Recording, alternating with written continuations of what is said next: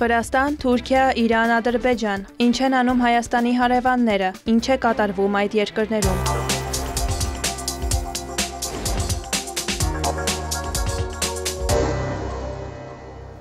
Վրաստանում շարունակվում են հակակառավարական ցույցերը։ Թբիլիսիում Վրաստանի խորհրդարանի շենքի մոտ տեղի է ունեցել հերթական բազմամարդ հանրահավաքը։ Ակցիան նվիրված է եղել 1991 թվականի հանրաքվեին, երբ Վրաստանի բնակչության մեծամասնությունը կողմ քվեարկեց երկրի անկախությանը։ Թբիլիսիի Ռուսթավելու պողոտայում մեքենաների երթևեկությունը դադարեցվել է։ Ակցիայի մասնակիցները տարբեր ուղղություններից երթերով շարժվել են դեպի խորհրդարան։ Հանրաքվեին ելույթ է ունեցել Վրաստանի 5-րդ նախագահ Սալոմե Զուրաբիշվիլին։ Նա հայտարարել է դիմադրության միասնական հարթակ ստեղծելու մասին և կոչ է արել միավորվել ընդդիմադիր կուսակցություններին, որոնք համաձայն են նոր խորհրդարանական ընտրությունների պահանջին։ Զուրաբիշվիլու խոսքով հնարավոր չէ կանխատեսել, թե որքան երկար կշարունակվի պայքարը Վրաստանի ժողովրդավարական ուղի վերադառնալու համար, սակայն նա ցուցարարներին կոչ է արել չնահանջել։ Վրաստանում բողոքի ցույցերը սկսվել են նոյեմբերի 28-ին, այն բանից հետո, երբ Վրաստանի իշխանությունը հայտարարեց Եվրամիությանը անդամակցության շուրջ բանակցությունները ժամանակավորապես դադարեցնելու մասին։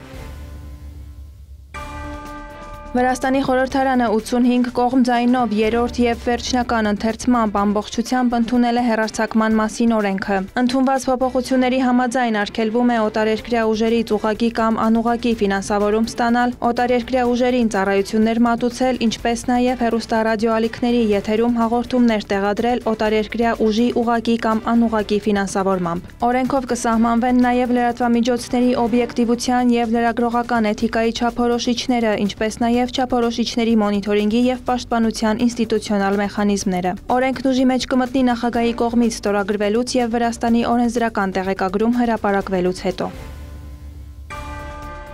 Վրաստանի ազգային բանկը հրապարակել է երկրի համախառն արտաքին պարտքի վիճակագրությունը 2024 թվականի դեկտեմբերի 31-ի դրությամբ։ Այն կազմել է 25,2 միլիարդ ԱՄՆ դոլար կամ երկրի ՀՆԱ-ի 74,5%։ Այդ գումարը 495 միլիոն դոլարով պակաս է նախորդ եռամսյակի համեմատ, հիմնականում փոխարժեքի տարբերության պատճառով։ Ընդհանուր գումարից 10,8 միլիարդ ԱՄՆ դոլարը պետական պարտքն է, իսկ 14,4 միլիարդ ԱՄՆ դոլարը մասնավոր հատվածի արտաքին պարտքը։ Ընդհանուր արտաքին պարտքի 88,6% արտարժույթով է։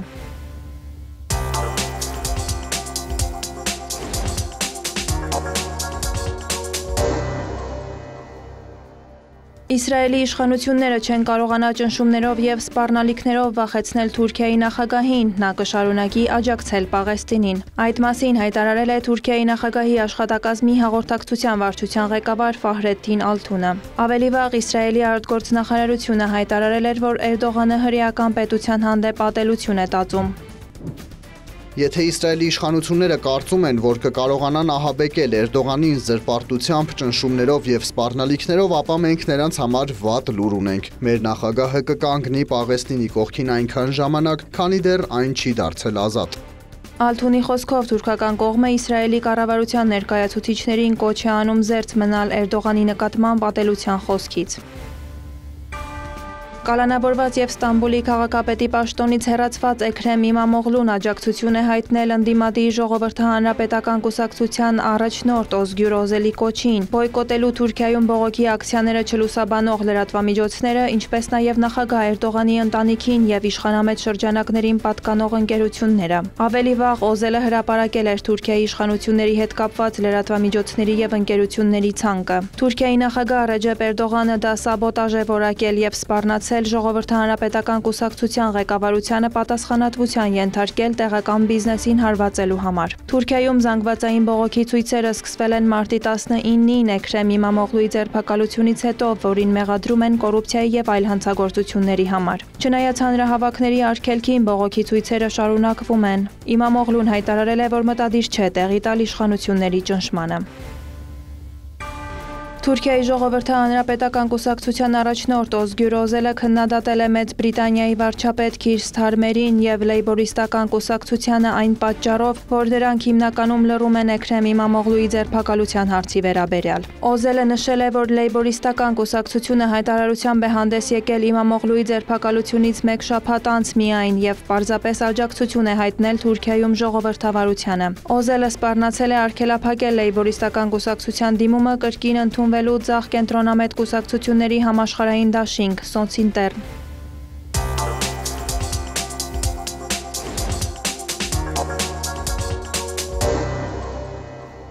Միացյալ Նահանգների վարչակազմը գործողությունների այլ տարբերակներ կկիրառի, եթե Իրանը հրաժարվի միջուկային ծրագրի շուրջ բանակցություններից։ Ճեպազրույցի ժամանակ նման հայտարարություն է արել պետքարտուղարության մամուլի ծառայության ղեկավար Թեմի Բրյուսը։ Նրա խոսքով նախագահ Դոնալդ Թրամփն այդ մասին զգուշացրել է Թեհրանին։ Բրյուսը նշել է, այդ տարբերակներն Իրանի համար վատ հետևանքներ կունենան։ Նա հավելել է, որ Իրանը պետք է երբեք միջուկային զենք չունենա։ Բրյուսի խոսքով Թրամփը հստակ ձևակերպել է, որ Միացյալ Նահանգները չի կարող նման բան թույլ տալ։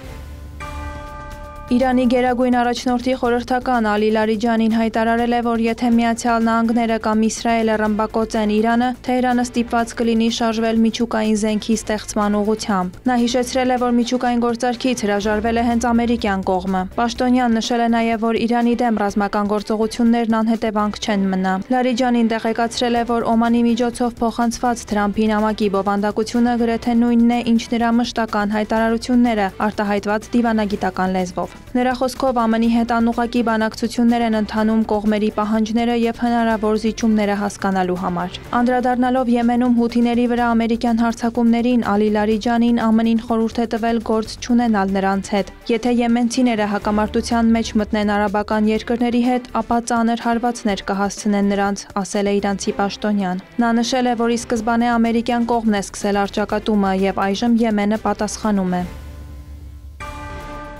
Միացյալ Նահանգների նախագահը 2025 թվականի հունվարին պաշտոնը ստանձնելուց ի վեր համակարգային կերպով անտեսում և խախտում է այն միջազգային նորմերն ու սկզբունքները, որոնց վրա հիմնված է Միավորված ազգերի կազմակերպությունը։ Այդ մասին նշված է ՄԱԿ-ում Իրանի մշտական ներկայացուցիչ Ամիր Սաիդ Իրավանիի ՄԱԿ-ի անվտանգության խորհրդին ուղղված նամակում։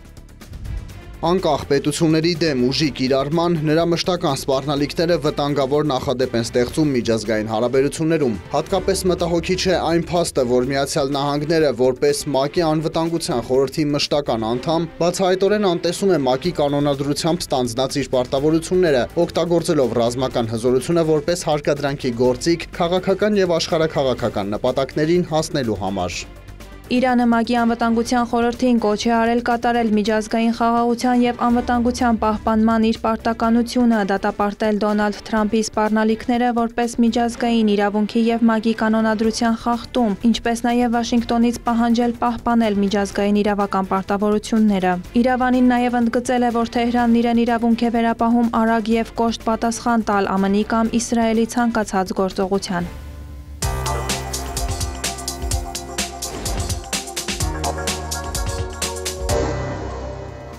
Ազգային ժողովի արտաքին հարաբերությունների հանձնաժողովի նախագահ Սարգիս Խանդանյանը X-ի միկրոբլոգում տեղեկացրել է, որ Ադրբեջանի Միլի Մեջլիսի արտաքին հարաբերությունների հանձնաժողովի նախագահը մերժել է հանդիպման իր առաջարկը։ Իմ ադրբեջանցի գործընկերը հրապարակայնորեն մերժել է խաղաղության համաձայնագրի նախագծի շուրջ կարծիքներ փոխանակելու նպատակով հանդիպման առաջարկը, ինձ անվանելով պոպուլիստ։ Եթե խաղաղության օգտին հանդես գալը պոպուլիզմ է, ապա ես հպարտությամբ ընդունում եմ այդ պիտակն այնքան, որքան անհրաժեշտ է։ Իմ առաջարկը մնում է ուժի մեջ։ Ես պատրաստ եմ մասնակցել միջխորհրդարանական մակարդակում վստահության ամրապնդման միջոցների ձեռնարկմանը, անխոնջ աշխատելով հանուն մեր տարածաշրջանում խաղաղության և կայունության։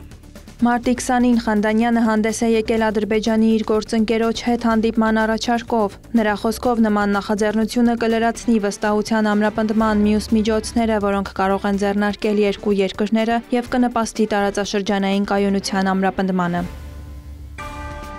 Ադրբեջանի նախագահ Իլհամ Ալիևն ընդունել է Իրանի նախագահի քաղաքական հարցերով խորհրդական Մեհդի Սանայիին։ Ադրբեջանական կողմի հաղորդագրության համաձայն հանդիպմանը Սանային ընդգծել է, որ Իրանը մեծ նշանակություն է տալիս հարևան պետությունների, հատկապես Ադրբեջանի հետ հարաբերությունների զարգացմանը, որի հետ կապված են պատմական, կրոնական եւ մշակութային կապերով։ Նա գոհունակություն է հայտնել բոլոր ոլորտներում երկկողմ հարաբերությունների զարգացման կապակցությամբ։ Իլհամ Ալիևն էլ դրական է գնահատել վերջին շրջանում փոխայցելությունների դինամիկան։ Նա հույս է հայտնել, որ Սանայիի այցն Ադրբեջան լավ հնարավորություն կստեղծի երկկողմ օրակարգի հարցերի քննարկման համար։ Հանդիպմանը քննարկվել են երկու երկրների առևտրատնտեսական, էներգետիկ, տրանսպորտային եւ այլ ոլորտներում համագործակցությանը, հյուսիս-հարավ տրանսպորտային միջանցքի զարգացմանը եւ միջկառավարական հանձնաժողովի գործունեությանը վերաբերող հարցեր։ Վարդուհի Հարությունյան, Հարևաններ։